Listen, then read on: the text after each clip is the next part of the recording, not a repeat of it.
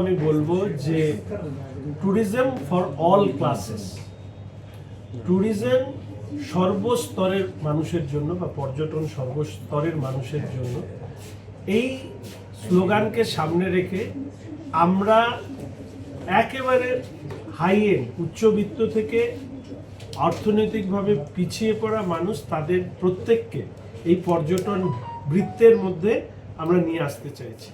ফলে সেটাকে সামনে রেখে আমরা জানেন যে এটা আমাদের কাছে অত্যন্ত গর্বের এবং আমার কাছে অত্যন্ত গৌরবের যে আমাদের মাননীয় প্রধানমন্ত্রী তিনি একটি শব্দবন্ধ ব্যবহার করে বলেছেন যে আমাদের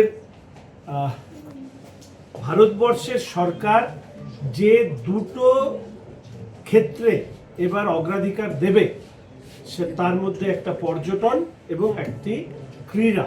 ফলে সেটাও একটা বাড়তি দায়িত্ব। প্রধানমন্ত্রীর এই ভাষ্যের পরে আমরা অবশ্যই প্রধানমন্ত্রীর এই বক্তব্যকে আমরা মানুষের কাছে প্রতিষ্ঠিত করবার জন্য আমরা নিয়ে যাব। আমাদের যে 5টি অগ্রাধিকার আমরা গ্রহণ করেছি সেটা হচ্ছে যে পর্যটন ক্ষেত্রের কি সম্ভাবনা আছে এবং সেই সম্ভাবনাকে আমরা কি সাফল্যে পরিণত করতে পারি। কারণ পশ্চিমবঙ্গের যে যদি আমরা প্রেক্ষাপটটাকে দেখি তাহলে আমরা দেখব যে একটা প্রাকৃতিক সৌন্দর্যের একটা ক্যানভাস, সেই ক্যানভাসটাকে আমরা তুলে ধরব বিশ্বের পর্যটন মানচিত্রের দিকে। আমরা সবার জন্য পর্যটন, যে কথাটা বলেছি, সবার জন্য পর্যটন, সবার জন্য সুযোগ, এক্ষেত্রে দুমুখী কৌশল আমরা গ্রহণ করব।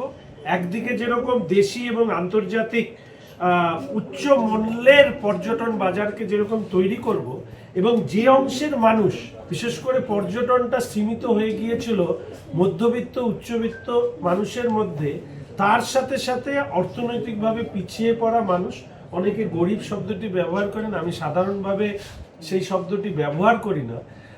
জনগণের সরকার এবং গরিব মানুষের জন্য পর্যটন, এটাকেও কিন্তু আমাদের এই সময়কালে আমাদের চালিকা শক্তি হিসাবে কাজ করবে।